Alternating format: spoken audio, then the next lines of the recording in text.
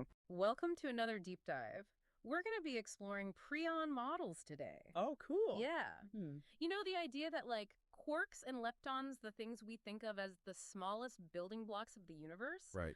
might actually be made of even smaller pieces called prions. Yeah. Super interesting stuff. It's like finding out that, your Lego blocks are made of even tinier Legos. Exactly. And we're going to be looking at a specific model called the Rishon model, which uses a really kind of unique and cool approach to try and explain this. Yeah, it uses math that's not typically used for particle physics. Oh, really? It uses combinatorial math. Wow. That's really interesting. Combinatorial math, it's like the math of combinations, right? Exactly, yeah. Yeah. All about counting and arranging. So how does that apply to, like, the fundamental building blocks of the universe? It seems kind of like a strange connection to me. Yeah, it is a unique approach. Yep. And it suggests that at some deeper level, the universe is organized according to these principles of combinations. Mm-hmm. So the Rishon model, it uses something called ordered pairs to represent the relationships between these fundamental building blocks. Okay, so these ordered pairs. Yeah. I'm assuming they're kind of crucial to this whole model. Yeah. How do they work, and how do they connect to these hypothetical particles called Rishons? So these pairs were written as ST, and the T represents the total number of elements you have, and the is represents how many unique combinations you can make from those elements. Okay. And then the Rishon model links those numbers to two hypothetical particles called the T and V Rishons. Okay. So the T Rishon corresponds to the T in the ordered pair, and then the V Rishon corresponds to twice the C's value. So wait, are we saying that, like, the act of combining things, the very basic math of combinations, could actually be, like, reflected in the fundamental properties of the universe? Yeah, it's kind of a mind-blowing idea, right? Yeah, that's Yeah. pretty crazy. And one physicist, Piotr Zentikowski, suggests that these ordered pairs might even be directly related to the fabric of space and momentum. Whoa. Yeah, pretty intense. So, like, our understanding of space-time is, like, not even close to complete? Maybe not. That's amazing. So how does this model actually, like, explain the existence of, like, specific particles, the ones we see in, like, experiments? So in the Rishon model, the T and V Rishons are like the basic Lego blocks, right? Uh-huh. And they come together in specific arrangements called T and V groups. Okay.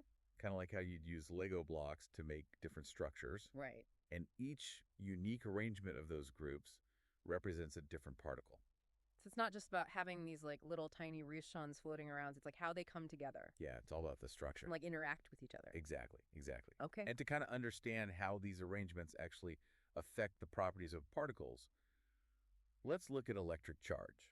The Rishon model, it has a formula that explains the charge of a particle based on how its T and V groups are arranged. Okay. And it uses a concept called Rishon number, which is kind of like the baryon number, but specific to the Rishon model. Got it. It's a bit complex, but basically the idea is that the combination of T and V Rishons within a particle that determines its electric charge. That makes sense. But one thing I've always struggled with when it comes to prion models is, like, the concept of mass. Oh, yeah. If these prions are supposed to be so tiny, how do they have any mass or energy at all?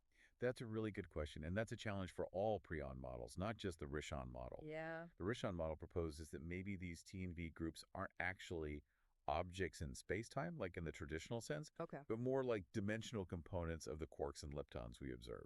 Dimensional components. Can you break that down a little bit for me? Yeah, sure. So imagine you have like a three-dimensional object rotating in space-time. Okay. As it rotates, different faces of that object will become visible to us, right? Right. Similarly, this model is suggesting that quarks and leptons, they might be like multidimensional objects. Okay. And what we see as T and V groups are just different facets of these objects as they're like rotating through this higher dimensional space. So instead of, like, these tiny particles bouncing around inside a quark, it's more like the quark is like this multifaceted entity. Exactly. And the T and V groups are like Yeah. different aspects of its structure depending on how it's oriented in this, like, higher dimensional space. Precisely. Yeah. It's a very different way of thinking about particles. Yeah. Way more abstract. Yeah. So how does this all, like, relate to the standard model of particle physics? Like, does the Rishon model, like, agree with everything the standard model proposes? So the Rishon model actually aims to reproduce all the particles of the standard model, Okay. including the symmetries and the broken symmetries. Wow. pretty ambitious, Yeah. and it tries to kind of give a deeper explanation for why the Standard Model is structured the way it is. So is the Rishon model like a more complete picture than the standard model? Does it answer all the questions that the standard model leaves unanswered? Well, that's where things get even more interesting. The Rishon Model, at least in its current form, is what physicists would call a phenomenological accounting. Okay. So it seems like the Rishon model, while fascinating, is still very much a work in progress. Definitely. Yeah. But it's important to remember that even the Standard Model has its limitations Oh, for sure. and its unsolved mysteries. Right. And the Rishon Model and other Prion models, they represent attempts to kind of push those boundaries and explore new ways of looking at the universe. It's like we're trying to peek behind the curtain and Yeah. see the machinery that makes reality tick. Exactly. And it's interesting. This model has some parallels with other Prion models, Okay. specifically the work of physicists like Haim Harari, Michael A. Shoup, and Nathan Seiberg. Uh-huh. And they've also explored this idea that quarks and leptons might be composite particles. So there's a whole community of physicists out Yeah. there exploring this idea. Definitely. It's an active area of research. That's really cool. One of the things I really liked about the source material was the interactive elements, Oh, yeah, they're really cool. where you could actually visualize the Rishon model because it is very abstract. Visualizations are super helpful in physics. And the source material actually uses Feynman diagrams to illustrate how particle decays and interactions would happen within the Rishon model. Those squiggly lines that physicists love so much. Yes, exactly. I always find them so fascinating. They can be tricky to understand, Yeah. but they're a great way to represent those interactions. Yeah, sure. And the source material gives some really clear examples.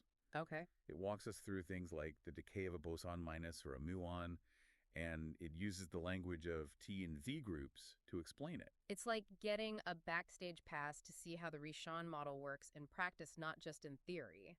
Exactly. It's not just equations on a chalkboard. Right. It's about how this model could potentially explain things we see in the real world. Yeah, that's really neat. This has been a fascinating deep dive so far. Yeah, it has. We've gone from the basics of this model to the complexities of how to interpret it. Yeah. We even touched on some philosophical implications of prion models. It's been a great exploration. Before we continue our deep dive into the Rishon model, let's just pause for a moment to kind of reflect on what we've learned. Sounds good. And we'll be back in a moment to delve deeper into the implications of this model and where it fits within the broader landscape of particle physics. Can't wait. Welcome back. So before the break, we were looking at how the Rishon model uses those really cool visualizations to explain how particles interact. I was really struck by that example of the boson minus decay, seeing how it breaks down into those T and V group components. Yeah, the visualizations really help bring the idea to life. Yeah. Because at its core, the model is all about how these fundamental units, the T and V groups, combine and arrange themselves. That's what gives rise to the different properties of particles. Right. It's like a giant cosmic puzzle where the T and V groups are the pieces, and rearranging them leads to Yes. different particles. Yeah. And just like a good recipe aims to replicate a certain flavor, Mm-hmm. the Rishon model aims to reproduce all the flavors of particles and forces described by the Standard Model. It's a tall order. Yeah, it is.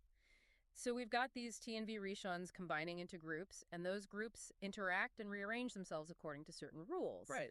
And those interactions are what we observe as the particles and forces in the universe. Am I getting that right? You got it.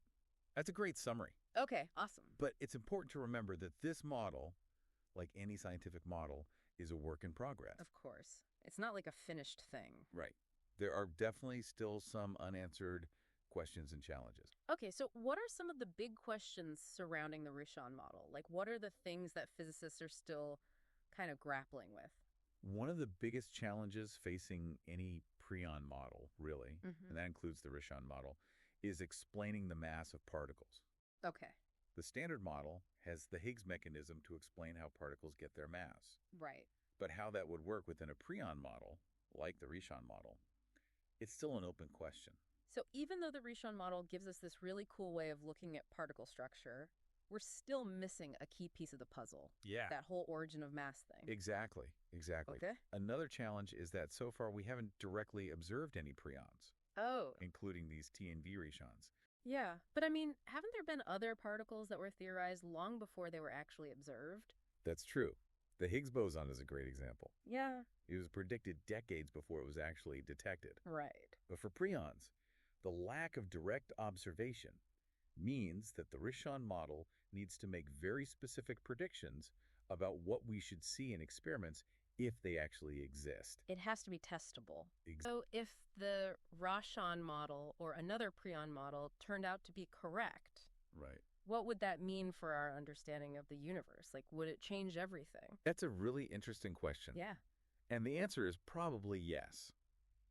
It would have huge implications, not just for physics, Oh, really? but even philosophical implications. Like, what do you mean? Well, if it turns out that the particles we think of as fundamental, That the smallest thing. yeah, are actually made of even smaller, more fundamental things, it really raises some deep questions about what it even means for something to be fundamental. That's true. Like, where does that chain end? It's like those Russian nesting dolls we talked about. Exactly. Do we ever get the smallest one? Right. Or does it just keep going? Yeah, that's wild. It makes you think. It's a huge mystery. This deep dive has really changed the way I think about the universe. That's awesome. We started by looking at one specific prion model, Right. but it's turned into this much broader discussion about the fundamental nature of reality. I love it. That's often how it goes with these deep dives. Yeah. You start with one specific thing, and it can take you to all these unexpected places. That's the cool thing about science. Totally. Before we get too lost in all the existential questions, though, maybe we should bring it back to the Rishon model itself. Right. There's still so much more to explore. Absolutely. Let's keep diving in. All right, let's see where this journey takes us next. Welcome back. We've been on quite a journey with this Rishon model. Before the break, we were talking about how if prion models are true, it really kind of changes how we think about the world. Yeah, it really challenges our everyday experience, you know? We see things as like solid objects, but this model suggests that at the most basic level, it's all just energy and information, like a giant cosmic web of interactions. Yeah.